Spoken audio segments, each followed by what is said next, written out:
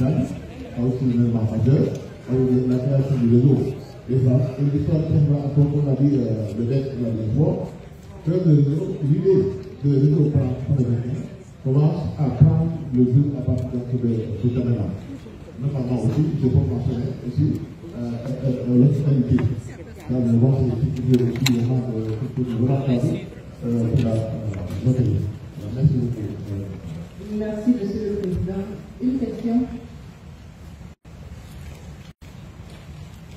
Oui, allez-y. Venez devant on est combien de personnes baladeurs avec les journalistes? Vous avez un baladeur avec D'accord, vous vous présentez, vous citez l'organe de presse auquel vous appartenez.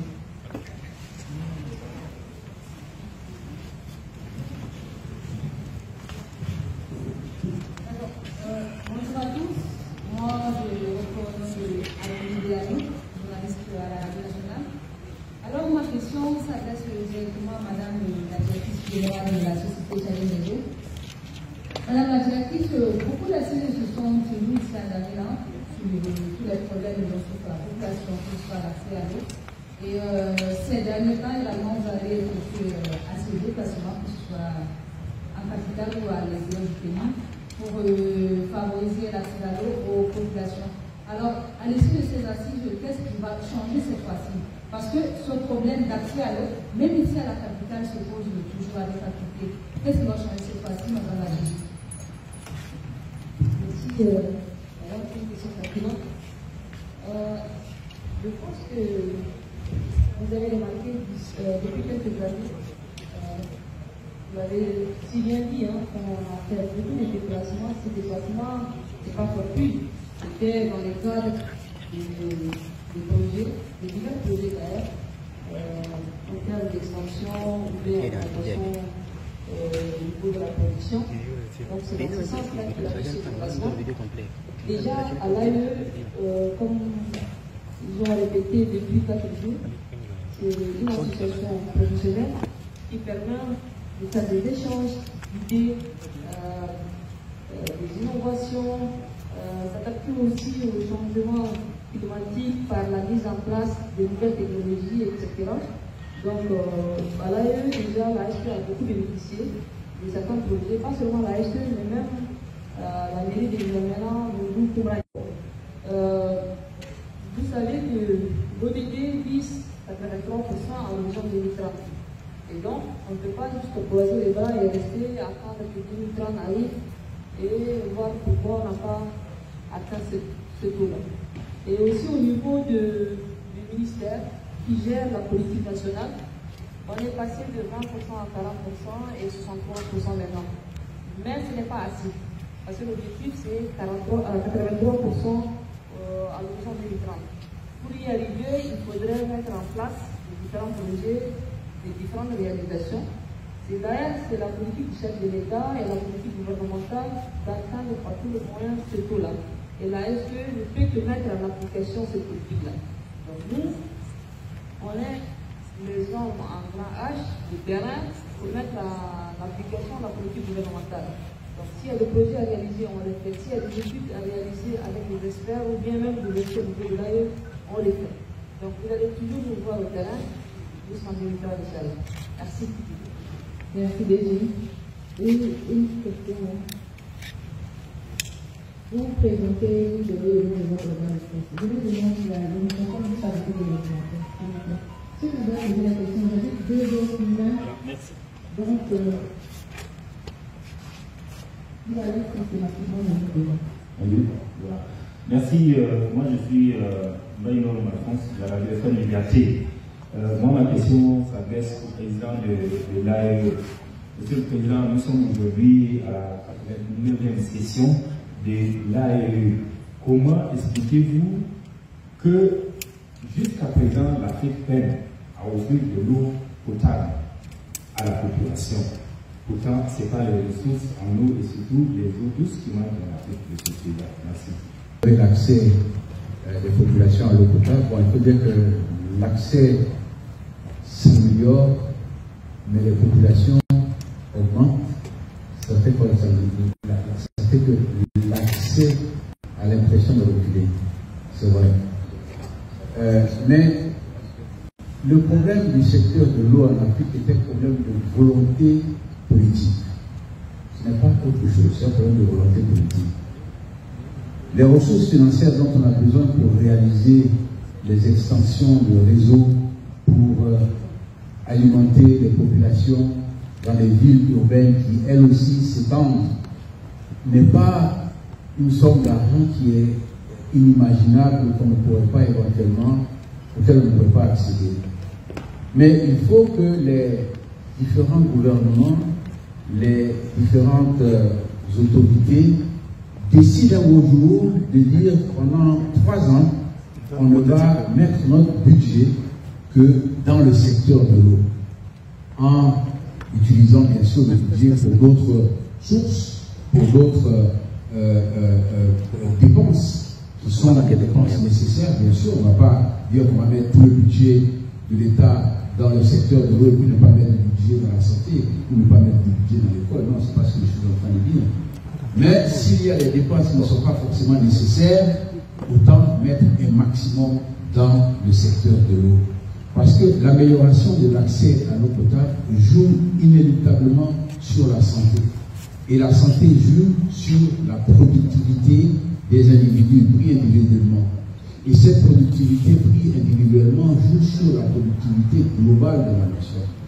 Donc il s'agit pour nos gouvernants de prendre la décision politique de régler le problème du secteur de l'eau. Et après, il sera simplement question de maintenir les ouvrages qui seraient en place. Quand on regarde aujourd'hui en Afrique, là où il y a beaucoup d'eau, la couverture n'est pas forcément celle qui correspond à la quantité d'eau disponible dans le pays. Là où il n'y a pas beaucoup d'eau, pour des raisons de volonté politique, la couverture est maximale. Je prends un exemple. Le Maroc. Le Maroc qui est un pays proche du désert et qui a beaucoup de, je ne dirais pas d'énormes problèmes d'eau, mais qui a des problèmes d'eau. Beaucoup plus que la RDC, par exemple. Mais lorsqu'on regarde aujourd'hui le taux de couverture du Maroc en milieu urbain, il est de 100%. Ça veut dire que 100% des populations urbaines ont l'eau. Quand on regarde le taux de couverture en milieu rural, il est de 95%, peut-être 98%. Ça veut dire que 98% des populations en milieu rural ont de l'eau au robinet ou ont un accès à l'eau de manière raisonnable. Et ça provient de la volonté politique du roi du Maroc, de lui, le père, jusqu'au fils. Et ils ont d'autres problèmes qui vont résoudre, d'autres problèmes auxquels ils vont faire face. Mais ils ont déjà avancé le problème de l'eau. Donc, voilà pourquoi l'Afrique traîne, c'est qu'il n'y a pas assez de volonté politique pour accéder à l'eau potable et à l'assainissement aussi de la population. Merci. Merci Dex. Le président du CSP voudrait ajouter quelque chose. Merci beaucoup, Dex. Moi, je souscris fondamentalement à cette contrainte majeure de la présidence, toujours qu'il faut une volonté. Vous l'avez vu, comment la télé a remis les choses au niveau de la chaîne de l'eau, grâce à cette madame. Donc c'est une question de volonté. Mais au-delà de cette volonté, moi je pense que les Africains butent sur leur capacité de négociation avec les bailleurs de fonds. C'est trop facile, chaque fois les gens disent que, oui, la Banque mondiale ou bien telle banque nous impose. Les bailleurs de fonds n'imposent rien. Ça dépend de leur capacité. Donc, de négocier.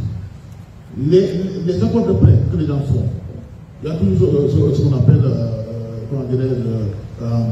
les contrats de préimplication, des contrats de mise en œuvre, des choses comme ça. C'est une question de capacité de négociation. Et encore que, le plus souvent, si on a des projets, on a aussi un problème d'exécution. Chaque fois, les accords de prêt, ça pousse à la fin. Les gens sont obligés de négocier encore des relents. Pourquoi? Parce qu'on n'arrive pas à rénover. Donc, techniquement, il y a beaucoup de choses aujourd'hui qui dépendent de nous, qui dépendent de notre capacité d'acquérir l'ensemble des fonds. Je ne pourrais pas être long, mais je donne un tout petit exemple. Et je le répète, il ne faut pas que d'emblée, vous-même, qu'on mette des conditions qui nous lient les pieds et les mains. Par exemple, en matière d'enregistrement, si vous avez fait un projet et dites que pour bénéficier d'un branchement à l'égout, il faut faire une demande de branchement. Mais la demande de branchement est assujettie au paiement de 20 000 francs. Mais 20 000 francs, vous allez dans les village, les gens ne vont pas s'attirer de la nécessité de donner 20 000 francs pour avoir des branchements ou bien de la tribune. On préfère acheter du poisson, nourrir donc sa famille et devenir à l'aide libre. Ce sont des choses aujourd'hui qu'on a réalisées, nous, en matière de négociation. Donc c'est pour dire que techniquement, il y a encore des choses à faire à notre niveau. Merci. Merci, Monsieur le Président. Il y avait deux... Là, il y avait... Comment? Oui. D'accord. Oui. Après, il y aura 3-4 sessions maximum. Allez-y. Vous présentez, vous donnez le nom de votre organe. Moi, c'est Collaborateur Mathilde, le journaliste Thomas Etidi. Alors, ma question est de savoir, en fait, cette assise a permis de parler de l'eau potable, l'accès à l'eau à la population. Mais il y a un autre aspect que j'aimerais bien souligner, que savoir est-ce que cet aspect a été évoqué. L'eau se rend aussi cher ici à l'Union. Est-ce que le problème de cherté a été évoqué à cette assise? Merci. Merci, monsieur. Merci. Question pertinente, et là, je pense qu'il faudrait qu'on sensibilise la population par rapport à ce point précis. Il y a un peu un malentendu. L'eau n'est pas chère au Tchad. D'ailleurs, l'eau est la moins chère dans ce région. Sur le Tchad, pourquoi? Parce que l'État a mis en place le cadre de subvention. Ici, par exemple, la première tranche, qui est la tranche sociale, coûte 200 francs. Je mets au défi n'importe quel pays d'Afrique ici qui me dira que la tranche sociale coûte moins que 200 francs. Il y a des pays africains ici en plus de vingtaine. Mais l'eau au Tchad est la moins chère en Afrique. J'ai dit et je réaffirme parce que c'est le cas.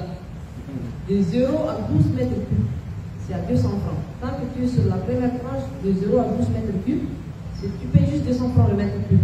Maintenant, je vais vous expliquer ce qu'est le mètre cube. Un mètre cube, c'est 1000 litres. 1000 litres, ça fait 5 cubes. Donc, quand tu consommes 5 cubes, tu payeras juste 200 francs. C'est toujours cher pour toi ou...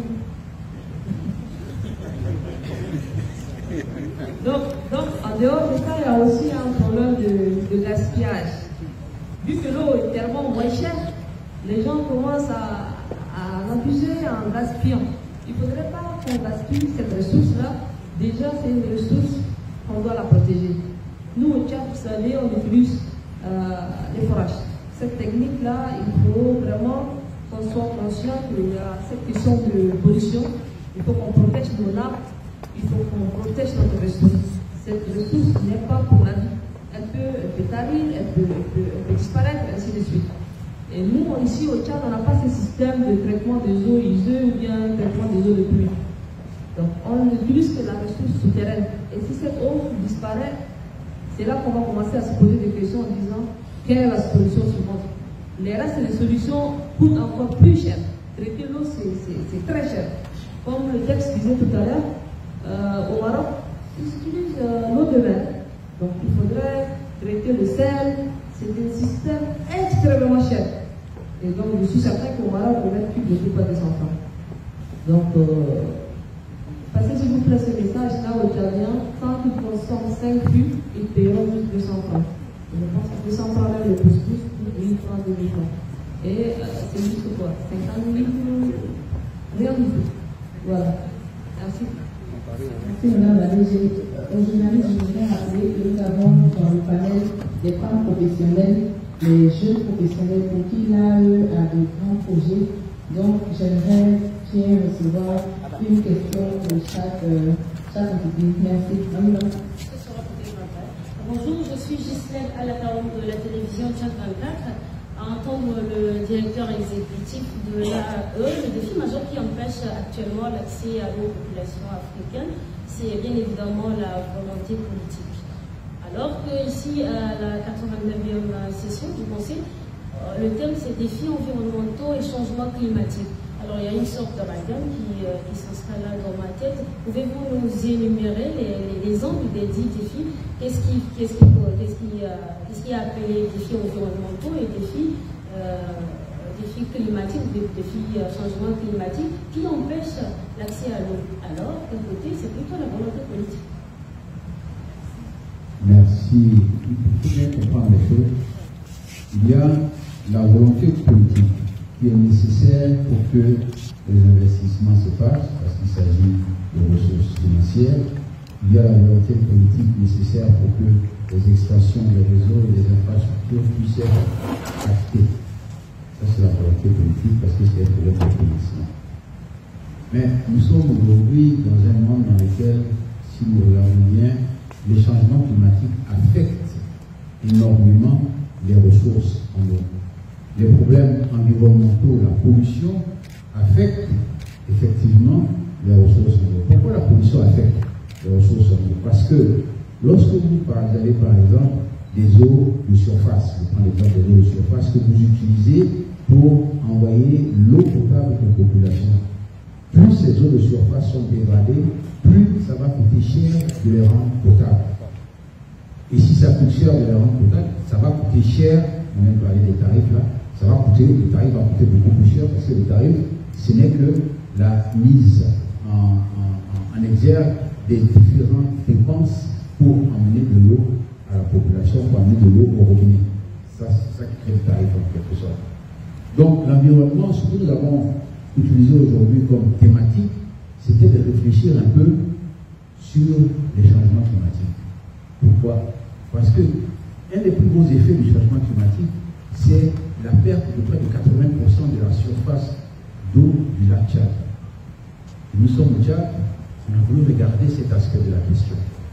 Et c'est la raison pour laquelle aussi nous avons eu plusieurs présentations directement de la part du, je crois que c'est le CDLT là, directement liées à ceux qui s'occupent justement de la problématique du lac Tchad. Il faut qu'on connaisse, c'est pas toujours qu'on vient au Tchad, on entend dans les journaux, on entend dans Internet, ceci, cela, mais il est bon de venir sur place pour regarder quel est le problème et comment ce problème peut être résolu. Et ce n'est pas que le lac Tchad, il y a d'autres bassins au niveau africain qui eux aussi sont en train de rétrécir. Donc on essaie de voir un peu comment ici les choses se sont passées pour prévenir les autres bassins.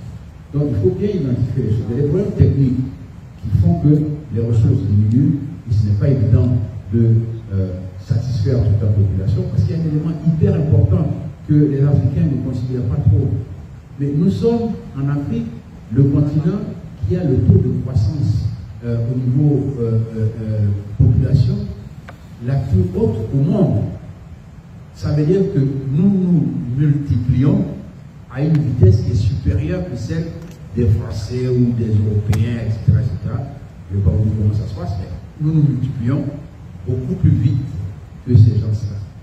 Les villes aujourd'hui, même si vous regardez N'Djamena, mais j'étais en circulation avec mon frère Idriss pour aller, je ne sais pas où, à un certain endroit, et lui-même était étonné de voir certaines villas à des endroits où il est passé il y a peut-être 2 ans, 5 ans, et il n'y avait pas de villa ici. Ça veut dire que la ville même s'élargit et la population s'agrandit. Mais cette population s'agrandit à une vitesse telle que les sociétés d'eau ne suivent pas. C'est une pression importante des sociétés d'eau. À N'Djamena, vous êtes combien? La population d'N'Djamena, ça fait combien?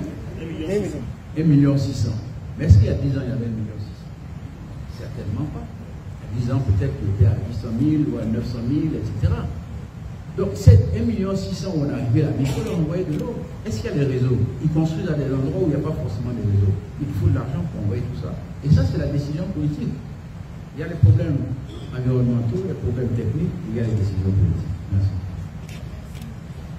Merci, M. Cher. Est-ce qu'il y a une question pour les femmes ou une question pour les jeunes professionnels? Pour les femmes? D'accord. Une question pour les femmes professionnelles. D'accord.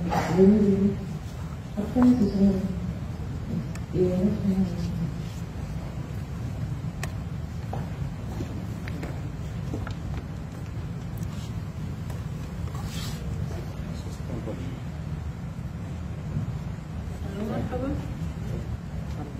Allez-y. اسمي نمير حامد صحفية بالإذاعة الوطنية الجامعية. سؤال موجه لمديرة شركة المياه. بعد العمل الأربع يوم والمناقشات الجادة في موضوع التحديات البيئية والتغيرات المناخية التي تواجه السكان، ما هي الخطط والحلول التي خلقتم بها من المنطقة في تنظيم إدارة المياه وكيفية إدارة المياه بالصرف الصحي، وما هي السياسات المتبعة لتوفير مياه آمنة للسكان، وكيف يمكنهم مجابهة التغيرات المناخية التي تواجههم؟ Peut-être que tu dois faire la traduction avant de répondre à cette question. Si la personne a parlé en langue locale, c'est pour ceux qui comprennent en langue locale. Ah, c'est des gens qui ne comprennent pas, non? Ok.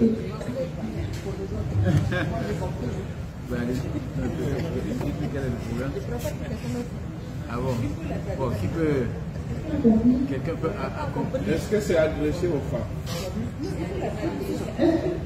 Bon, la première question était la traduction. Allez-y, reste... allez-y, prenez le micro. Bon, la première question dit que la session vient de terminer ici à Mémena. Quelles sont les stratégies mises en place pour solutionner cette crise de l'eau qui met la population africaine et tchadienne en particulier? Ça, la première question. La deuxième question, les résultats attendus.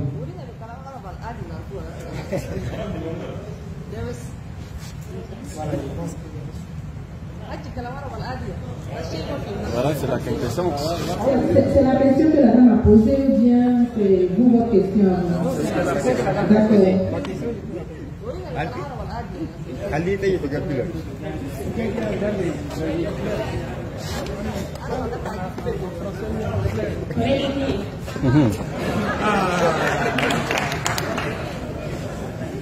J'ai compris.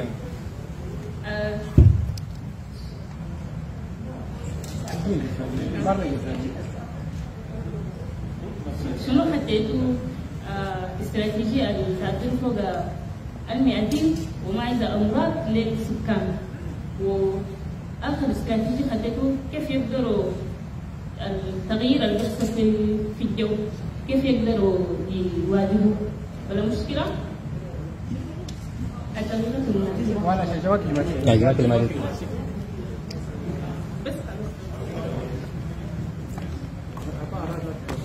Ok, merci. La deuxième question. Quelles sont les stratégies qu'on va tirer, je pense, du CS pour améliorer la question de la qualité? Je pense que c'est ça. Déjà, vous savez qu'à la STE, l'eau qui est produite est d'abord traitée. On a un laboratoire au niveau de la STE qui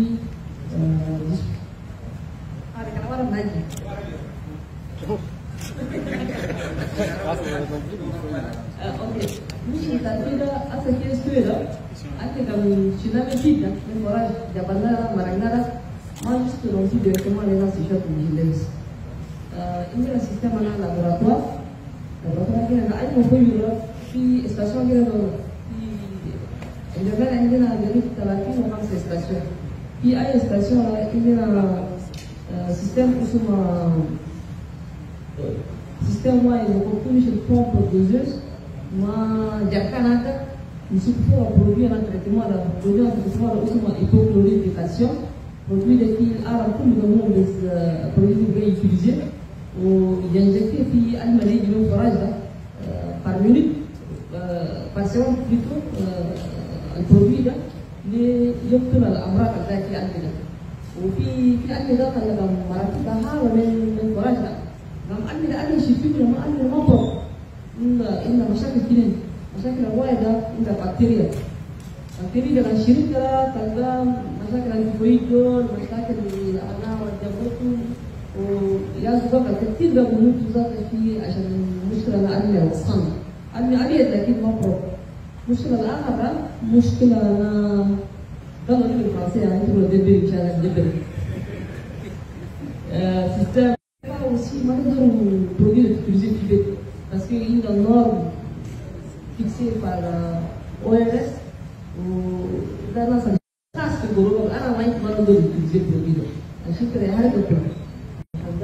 vraiment une sensibilisation des populations où nous avons un encouragement le prof et on nous soit attention.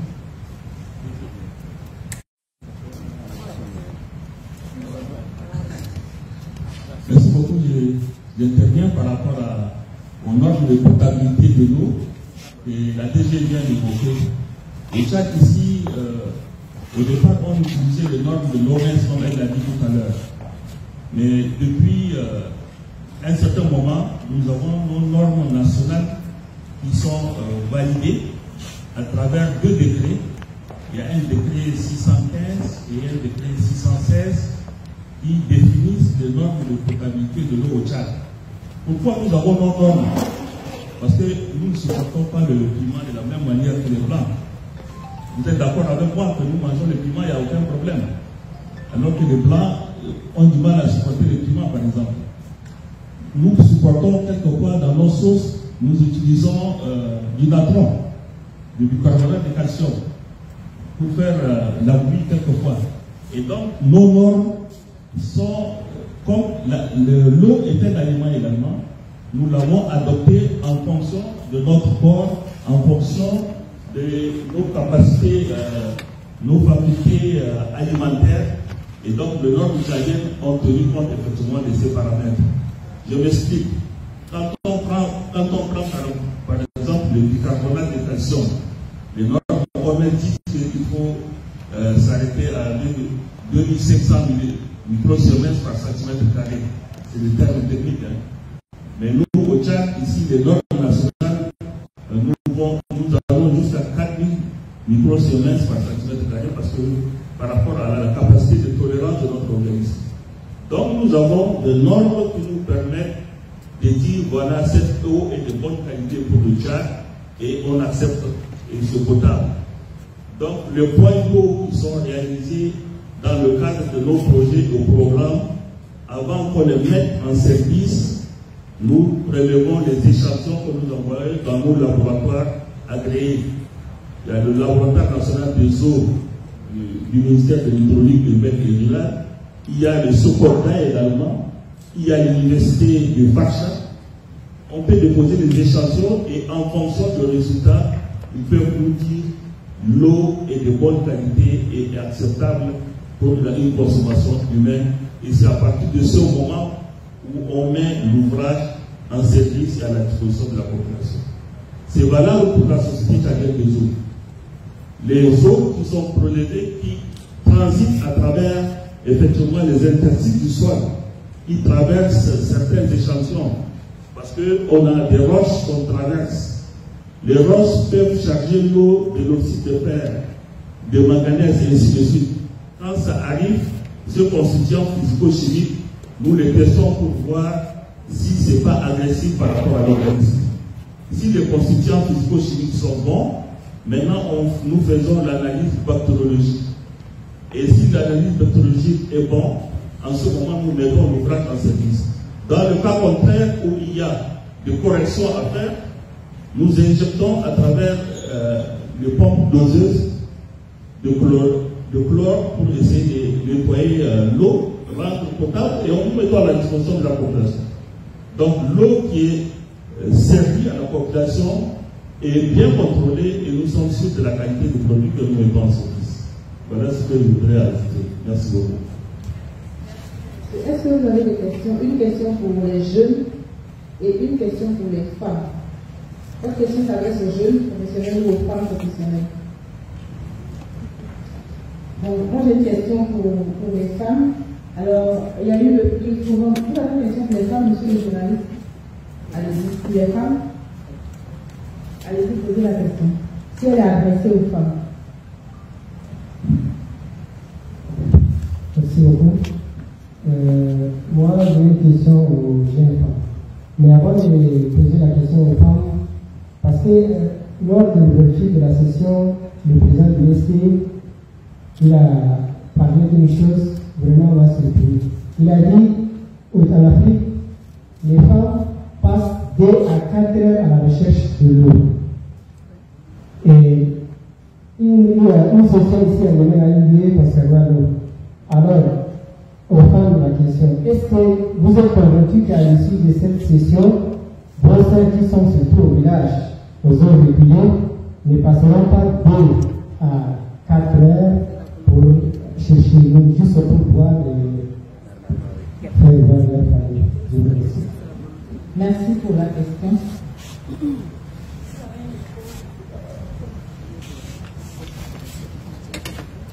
Le poids total des femmes professionnelles, Madame Zahra. C'est Madame Adira Pinto. Ok, merci tout d'abord pour la question. Si je comprends bien votre question, monsieur le journaliste, c'est-à-dire, vous voulez savoir, aujourd'hui, le président de CST a parlé de la femme qui part jusqu'à des kilomètres chercher de l'eau. C'est-à-dire, il parle de la femme rurale. Et votre question s'oriente sur la question de la femme rurale, si je vois bien. Ok, pour vous répondre. Tout ce qui est l'eau est lié automatiquement à la femme. Ça, vous conviendrez avec moi. Alors, si aujourd'hui nous parlons de femmes, y compris les femmes rurales, et les efforts sont en train d'être faits pour aussi soulager les femmes rurales dans la recherche d'eau. C'est pourquoi, si vous voyez bien, depuis un certain temps, les zones un peu reculées sont en train d'être déjà desservies en eau. Et beaucoup plus d'abord sur les femmes professionnelles. Parce que si déjà les femmes professionnelles arrivent à couvrir effectivement les zones urbaines en eau, je crois que pour les femmes rurales, je crois que c'est un problème qui ne va pas beaucoup prendre du temps.